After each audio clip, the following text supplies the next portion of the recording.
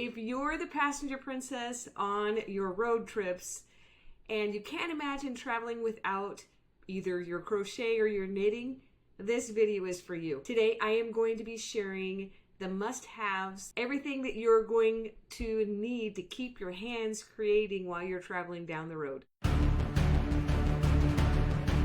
I am actually in the middle of getting ready for a road trip. We get to go take care of grandbabies, which we're totally excited about. We don't get to see them very often, and they live about 12 hours from us, so it's quite a bit of a ways to drive.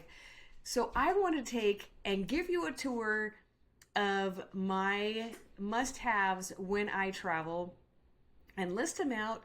And everything that I'm going to be talking about is going to be listed in the description below to links that I have on my Amazon shop. I just opened it. I'm super excited about sharing the things that I have there. So I'm going to do sort of a list format of the things that I have or would suggest that you have for your road trip as the passenger princess. Number one, a good bag. Now, when I first started out, traveling with my crochet, I just had it in a really good backpack. I love my backpacks. In fact, I love all bags, but it would kind of get lost in the sections.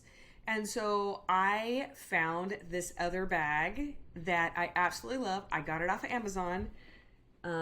It's called the Leudes Bag, and it has holes right here for your yarn to come through on both sides. And it has an organized section right here on the front for your hooks. Has little areas there. And then right here on the front as well. And little pockets for anything else. And then on the inside, I'll just turn the camera around so you can see on the inside. I have pockets for all the individual yarn in there. And some of them are deeper than others. And then on this other side, let's get it to focus, it also has little pockets. This bag is absolutely fabulous, and I honestly don't go travel without it.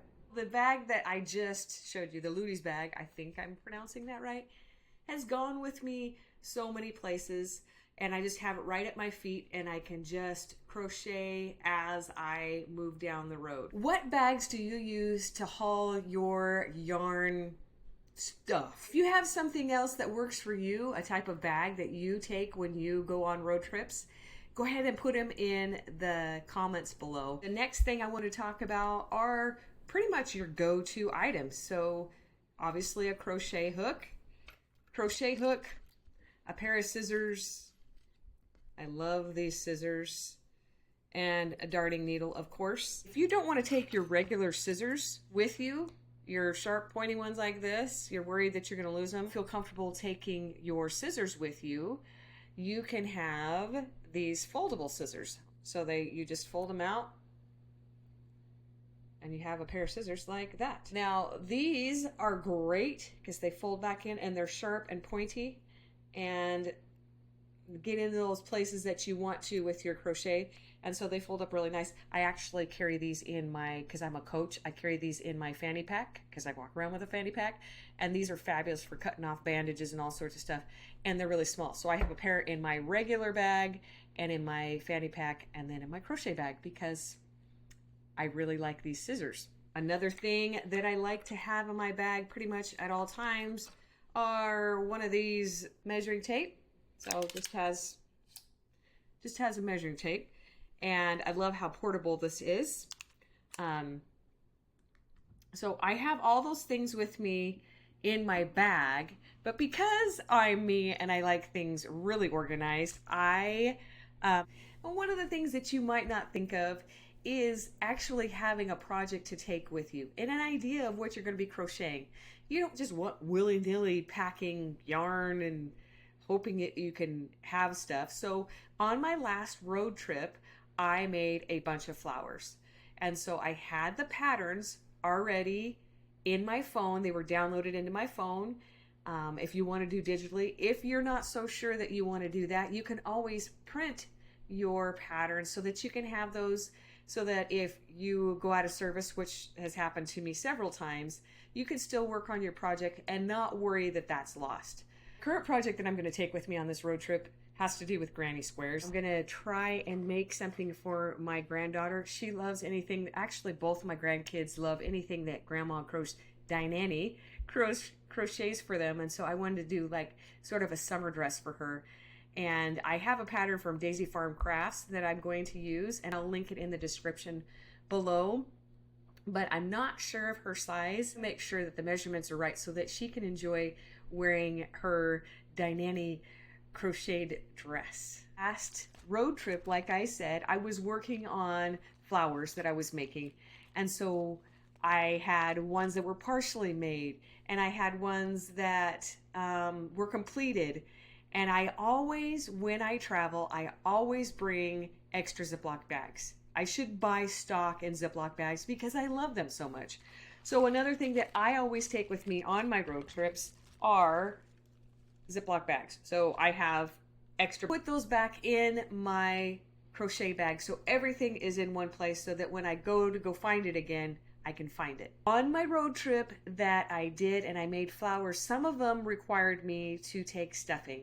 And so what I did is I took a, grocery bag, one of those plastic grocery bags, and I just shoved a bunch of stuffing in that. You can also do that in your Ziploc bag. I was able to finish all of the projects that I had to do for that road trip, like up to the point that I could, because there was some gluing involved, and I didn't take the glue with me. I just had everything assembled in those bags. If you're in the middle of a project and you have to stop and get out and get some gas or go to the bathroom, it's really important to not lose your spots. I will carry stitch markers with me, like 4 or 5, because sometimes I lose them in the car because they fall out of my hand or in the back of the seat or whatever.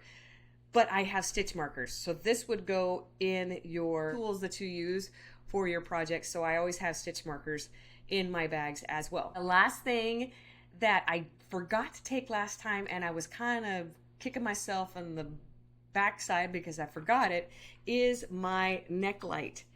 I don't know if you have one of these. I had a cheaper version of it, and I really, really like this one.